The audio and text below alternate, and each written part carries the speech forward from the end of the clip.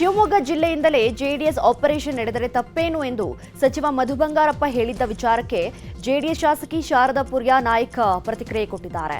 ಸಚಿವರು ಯಾವ ತಪ್ಪು ಕಲ್ಪನೆಯಲ್ಲಿ ಹೇಳಿದ್ದಾರೋ ಗೊತ್ತಿಲ್ಲ, ನಾನು ಆ ರೀತಿ ಆಲೋಚನೆ ಮಾಡಿಲ್ಲ. ಜೆಡಿಎಸ್ ಶಾಸಕರು ಮೇಲೆ ಬೇರೆ ಪಕ್ಷಕ್ಕೆ ಹೋಗುವ ವಿಚಾರ ಕಿವಿಗೆ ಬಿದ್ದಿಲ್ಲ. ಇನ್ನು ಯೋಗೇಶ್ವರ್ ಗೆದ್ದ ಅಹಂನಲ್ಲಿ ಏನ್ ಬೇಕಾದರೂ ಹೇಳುವುದು ಅವರ ಘನತೆಗೆ ತಕ್ಕೋ ರೀತಿ ಅಲ್ಲ ಅಂತ ಹೇಳಿದ್ದಾರೆ. ಹೇಳಿದಾರೋ ನಂಗೆ ಗೊತ್ತಿಲ್ಲ, ನಾವಂತೂ ಆ ಯೋಚನೆ ಮಾಡಿಲ್ಲ, ಮಾಡೋದೂ ಇಲ್ಲ. ಗೊತ್ತಿಲ್ಲಪ್ಪ, ನನಗಂತೂ ಇನ್ನೂ ಏನೂ ಗೊತ್ತಾಗಿಲ್ಲ. ಆ ರೀತಿ ಏನೋ ಅರ್ಥ ನಮ್ಮ ಕಿವಿಗೆ ಬಿದ್ದಿಲ್ಲ. ನೋಡೋಣ.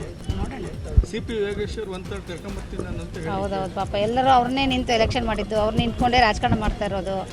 ಪಾಪ ಸಹಜವಾಗಿ ಅವ್ರು ಹೇಳ್ತಾರೆ.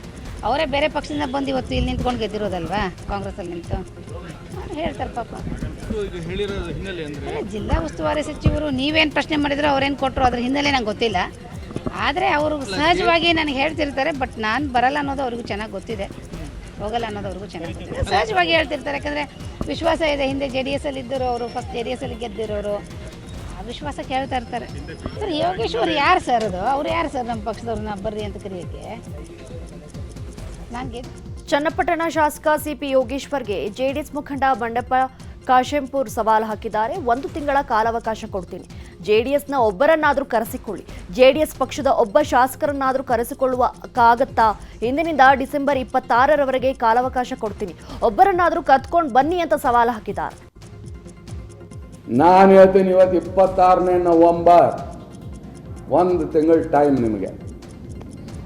ಒಂದು ಶಾಸಕರಿಗೆ ನಮ್ಮ ಪಾರ್ಟಿ JDS ಪಾರ್ಟಿ ಮುಂದಿನ ತಿಂಗಳು 26ನೇ ತಾರೀಕುವರೆಗೆ ನಿಮ್ಮ ಪಾರ್ಟಿಯಲ್ಲಿ ಸೇರಿಸಿ TVಯಲ್ಲಿ ಬರಬೇಕು ಸಾಕು. ಗೊತ್ತಾಯ್ತಾ? ನೀವು ಹೇಳಿದ್ರಲ್ಲ, ಒಂದೇ ಶಾಸಕರಿಗೆ ಕರ್ಕೊಂಡು ಹೋಗ್ರಿ ನಾ ಹೇಳ್ತೀನಿ. ಶಾಸಕ GT ದೇವೇಗೌಡ ಕಾಂಗ್ರೆಸ್ ಓಲೈಕೆ ಮಾಡುವ ವಿಚಾರಕ್ಕೆ ಮೈಸೂರಿನಲ್ಲಿ JDS MLC ಮಂಜೇಗೌಡ ಪ್ರತಿಕ್ರಿಯೆ ಕೊಟ್ಟಿದ್ದಾರೆ. ತಮ್ಮ ತಪ್ಪುಗಳನ್ನು ಮುಚ್ಚಿ ಹಾಕಲು ಈ ಪ್ರಯತ್ನ ಮಾಡ್ತಿದ್ದಾರೆ. GTD ಪತ್ನಿ ಅಫೆಕ್ಸ್ ಬ್ಯಾಂಕ್ ಅಧ್ಯಕ್ಷರಾದ ವೇಳೆ 19.25 ಕೋಟಿ ಅವ್ಯವಹಾರ ಆಗಿದೆ.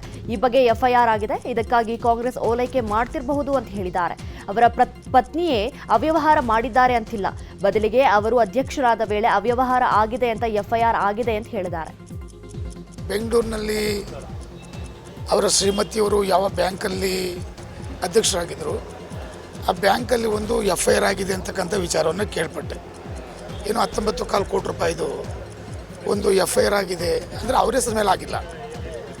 ಬ್ಯಾಂಕಲ್ಲಿ ಅವತ್ತಿನ ಅಧ್ಯಕ್ಷರು ಯಾರಾಗಿದ್ದರು ಅವರು ಈ ಥರದಲ್ಲಿ ಮಿಸ್ಯೂಸ್ ಆಗಿತ್ತು ಅಂತಕ್ಕಂಥದ್ದನ್ನು ಒಂದು FIR ಆಗಿದೆ ಕೇಳ್ಪಟ್ಟೆ.